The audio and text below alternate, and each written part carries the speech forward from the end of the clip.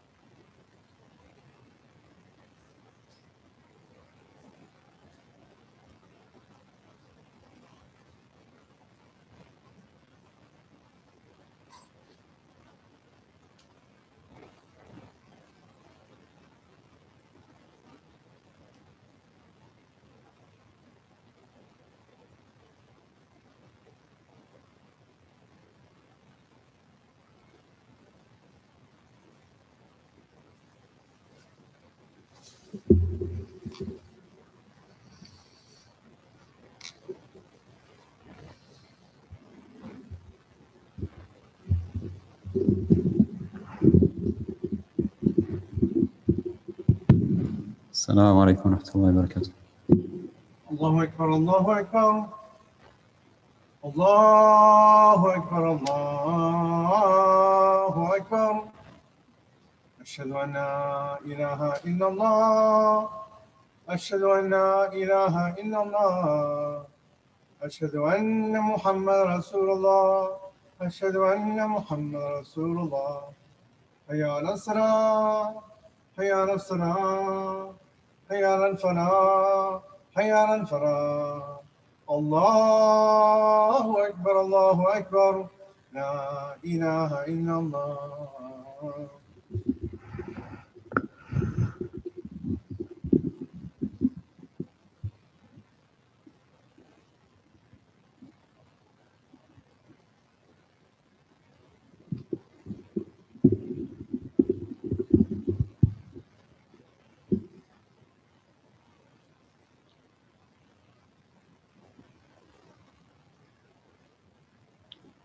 إن الحمد لله نحمده ونستعينه ونستغفره ونستهديه ونعوذ بالله تعالى من شرور أنفسنا ومن سيئات أعمالنا من يهده الله فلا مضل له ومن يضلل فلا هادي له وأشهد أن لا إله إلا الله وحده لا شريك له وأشهد أن سيدنا مولانا محمدا عبده ورسوله وصفيه من خلقه وخليله بلغ الرسالة وأدى الأمانة وجاهد في الله حتى أتاه اليقين فاللهم اجزيه عنا خير الجزاء يا أرحم الراحمين.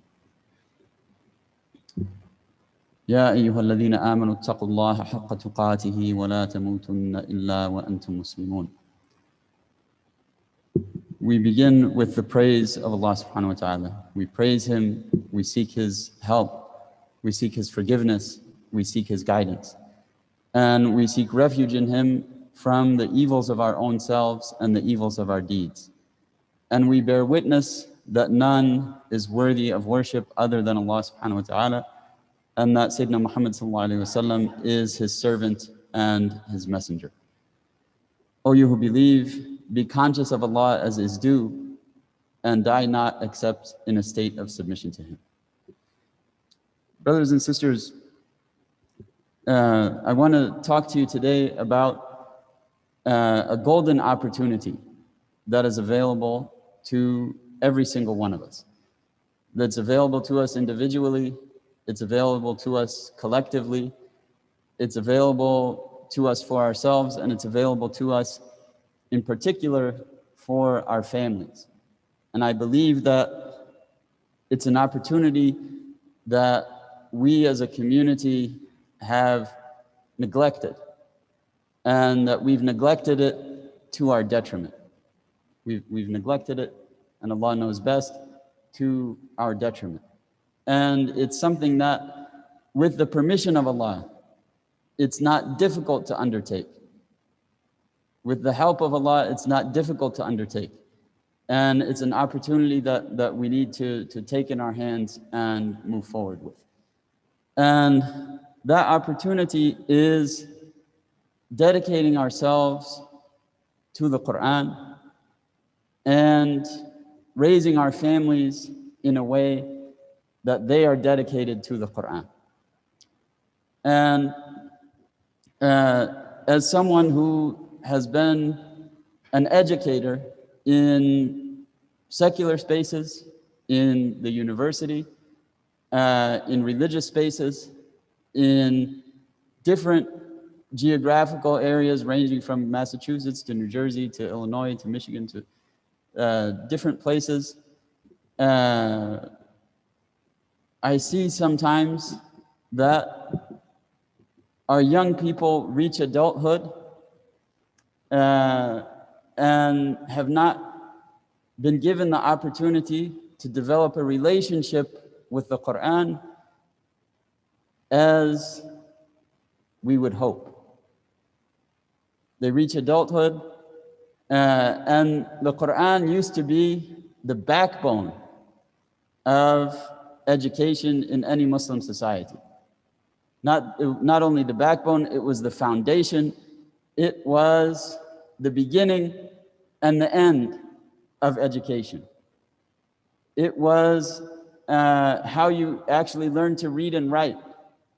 In Egypt, Egyptian Christians sometimes used to send their children to what is known as the Kutab, the place where Quran was taught, in order for their children to learn how to read and write. That was the place where you'd learn how to read and write.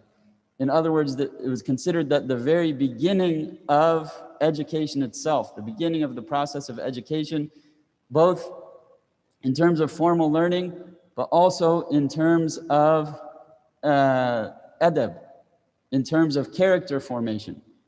The beginning of that was with the Quran.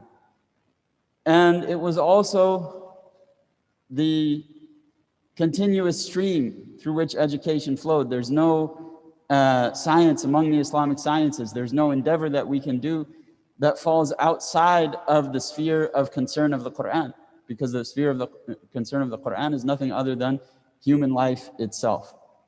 Before this life where we come from, this life and the life to come. There's nothing that falls outside the scope of the Quran. And it was the end of education in the sense that the crowning achievement of a scholar was to write a tafsir according to their specialty. The crowning achievement of a scholar was to write a tafsir based on a linguistic specialty, or a legal specialty, or a theological specialty, or whatever the case may have been. And as we see our youth sometimes today struggle, and it's natural that they would struggle, in the sense that they live in an environment that drifts further and further away, and more fastly, or more and more quickly, away from attachment to the divine, away from attachment to the notion that this world is temporary, and that what truly matters is something that is beyond the physical world. What truly matters is something that is not limited to our bodies, but what truly matters is rather our souls and the destiny of our souls in a life to come. That idea used to be more shared even by people who are not Muslim in this country. But more and more, that idea becomes hazy or vague or rejected altogether. And our young people grow up in that environment and are bombarded by those messages in one way or another. Sayyidina Ali ibn Abi Talib narrates a hadith in which he says to the Prophet ﷺ says, "Indeed, there will be fitna. Indeed, there will be fitna. And there's no fitna that is worse than turning people away from the path of Allah subhanahu wa ta'ala." And that's what we see happening today. Fitna can come in many forms.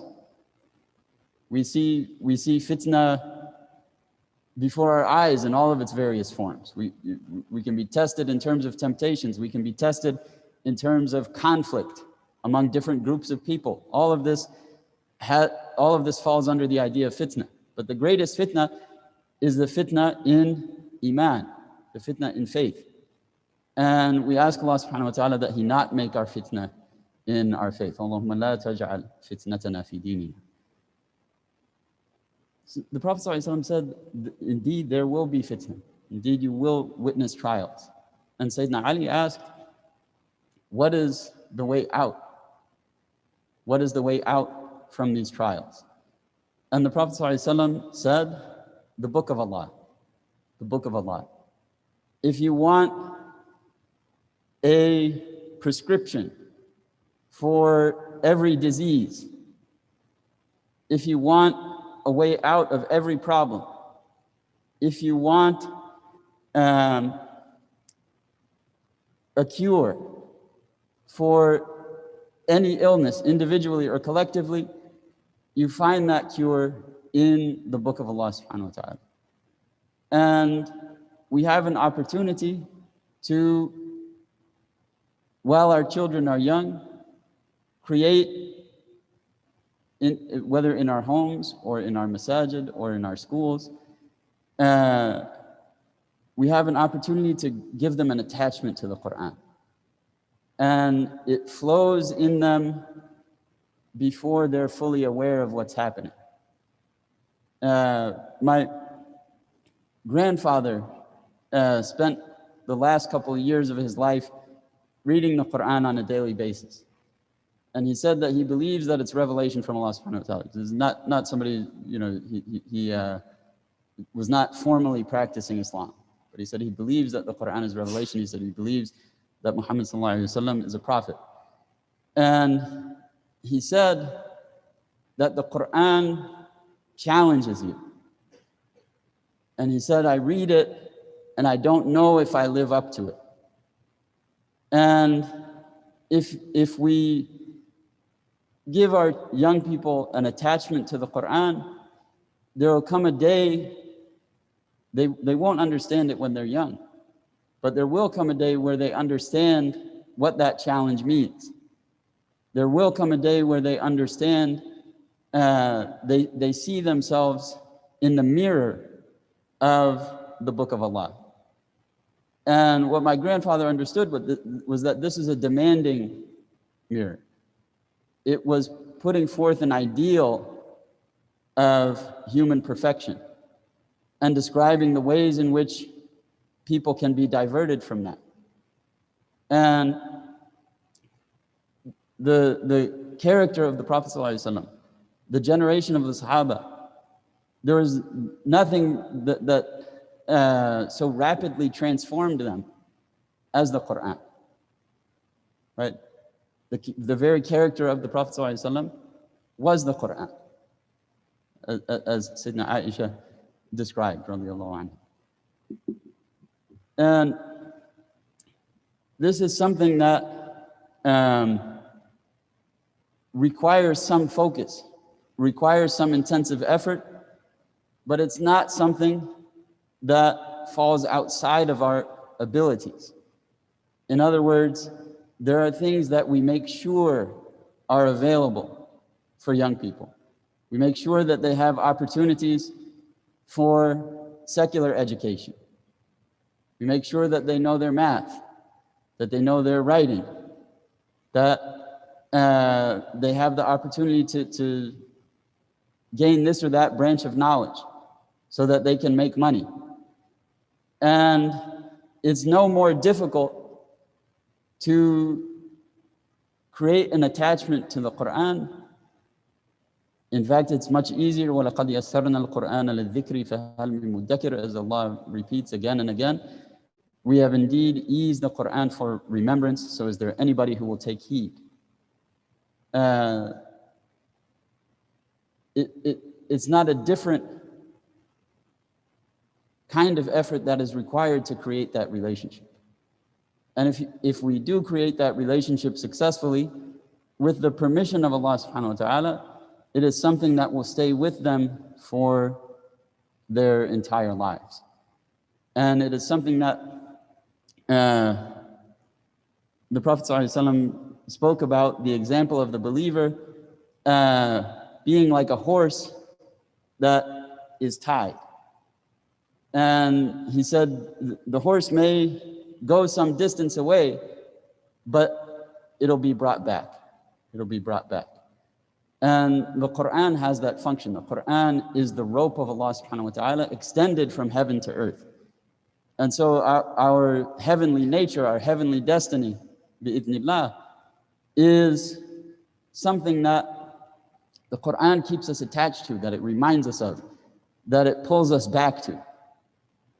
And that function of the Quran, the reason that it is the way out of trials, the way out of fitna, the reason that it is the saving grace in the time of severe trials, is that it is the rope between Allah and His creation. And so if we attach ourselves and attach our young people to that rope, bi'idhnillah, then they'll always be brought back. They'll always be brought back to Allah subhanahu wa ta'ala. Inshallah, in the second khutbah, we talk a little bit about some practical examples of this. أقول قولي هذا واستغفر الله لي ولكم ولسائر المسلمين فاستغفروه إنه هو الغفور الرحيم.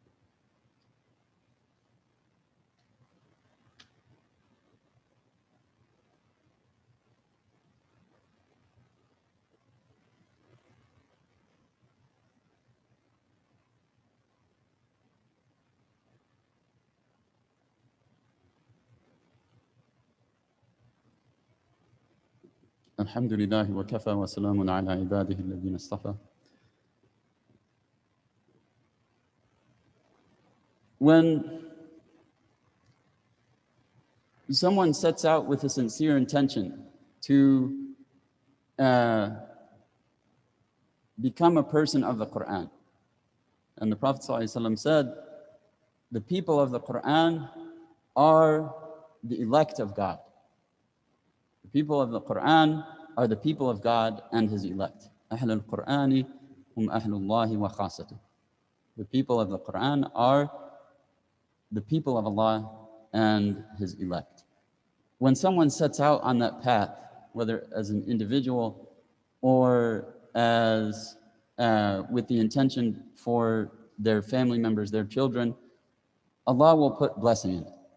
Allah will put blessing in it. And I can tell you stories that two of these I witnessed personally. There was a man, he's alive today, his son is alive today, and he desired nothing more than to have a child who memorized the Quran. And he had a few children, and he said, I tried with them, and they would get a certain distance, but they memorize a certain amount, and something would happen, they'd become busy, or for whatever reason, it didn't happen. And he had the opportunity to go to Hajj. And he said, on Hajj, I concentrated my dua. The vast majority of my dua was for the Quran. And he came back, and his wife was pregnant, and she said for 40 days before she gave birth, she would wake up for tahajjud and make dhikr and dedicated herself intensively to Allah Ta'ala. And they were blessed with a baby boy who, mashallah, by the age of 15 had memorized the Quran with 10 qira'at. Memorized Sahih al-Bukhari. Memorized the Shama'il of Imam al-Tirmidhi.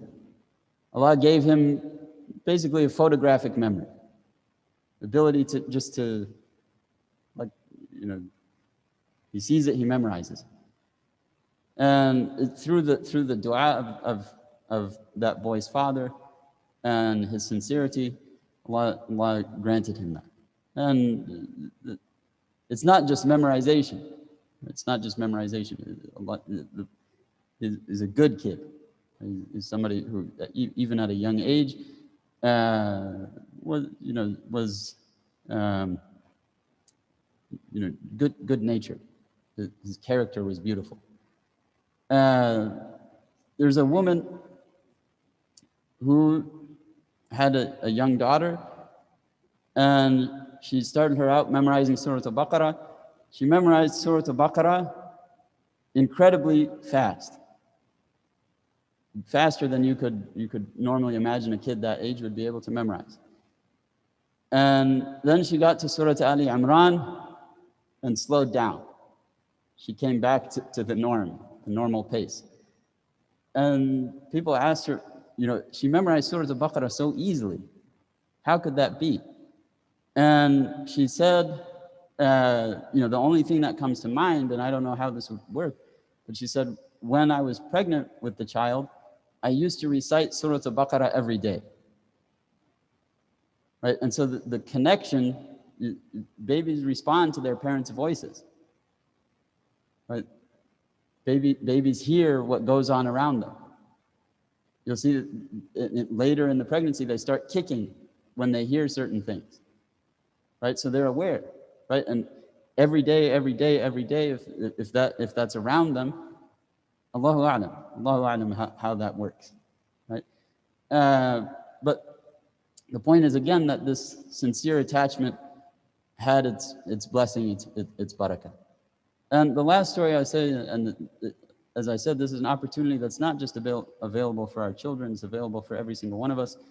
I met a man who memorized the whole Quran in his 70s. In his 70s.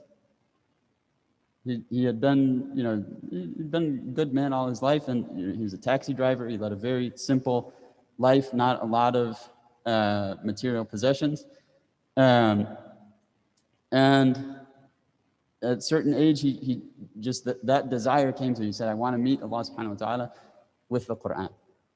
And he reduced his time in the taxi cab and dedicated himself to memorization, and all within the time of the decade of his 70s, he memorized the Quran, inshallah. And so this is an opportunity that's there if we choose to take advantage of it. If we choose to take advantage of it. وَلَقَدْ يَسَّرْنَا الْقُرْآنَ لِلذِّكْرِ فَهَلْ مِن مُدَّكِرٍ. We have indeed eased the Quran for remembrance, so is there anybody who will take heed? And we don't want to be among the people who the Prophet ﷺ will say on the Day of Judgment, رَبِّ إِنَّ قَوْمِ اتَّخَذُوا هَذَا الْقُرْآنَ مَهْجُورًا. Indeed, O Allah, my Lord, my people neglected this Quran. My people turned away from it. My people did not take advantage of it. So we ask Allah subhanahu wa ta'ala that He make us people of the Quran. We ask Him subhanahu wa ta'ala that He bless us in our reading of the Quran. We ask Him,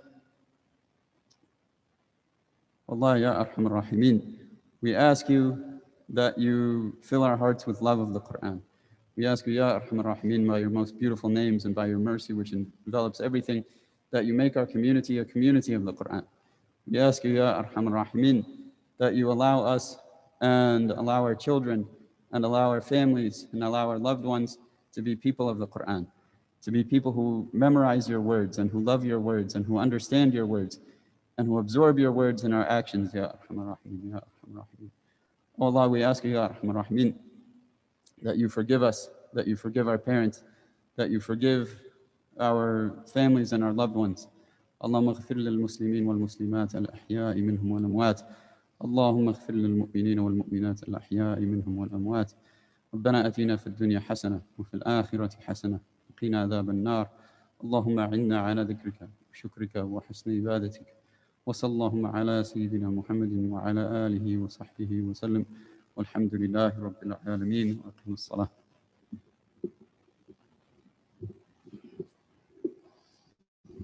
الله أكبر الله أكبر الله أكبر الله أكبر أشهد أن لا إله إلا الله أشهد أن محمدا رسول الله حي على الصلاة حي على الفلاح كتاب صلاة كتاب صلاة الله أكبر لا إله إلا الله.